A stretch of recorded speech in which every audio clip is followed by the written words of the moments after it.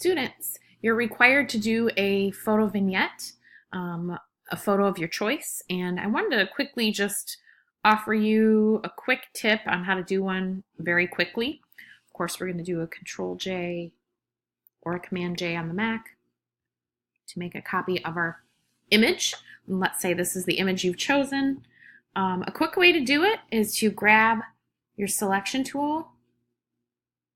Of course, when you're making that selection, remember you can hold down the space bar and move it around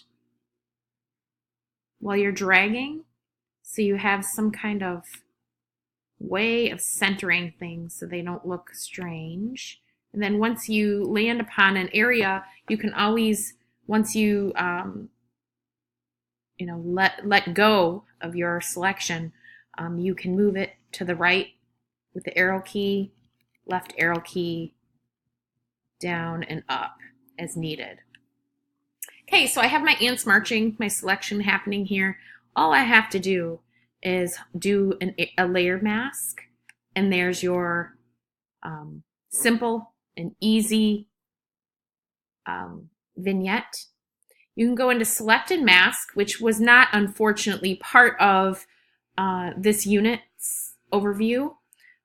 Select and Mask is an update that Adobe has done, and you can mess with the transparency here as well, allowing for smooth, allowing for a bigger feather if you prefer to just adjust it slightly. Maybe you don't want it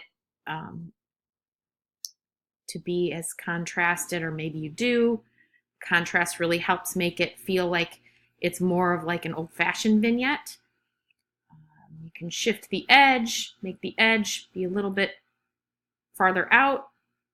You can clear the selection, you can invert it. We don't want to do that in this situation. You can also do different view modes, black on white, on black, overlay, marching ants. So experiment with the various things you can do under Select and Mask when you complete your layer mask. I'd like to see, for this week, completing the layer mask, I'd like to see you put forth just a little dabbling in the Select and Mask area once you find an image you like. And that's really what you're tasked to be doing this week, is to mess around with Select and Mask, add your selection, and make a nice vignette for your submission. If you have questions, let me know.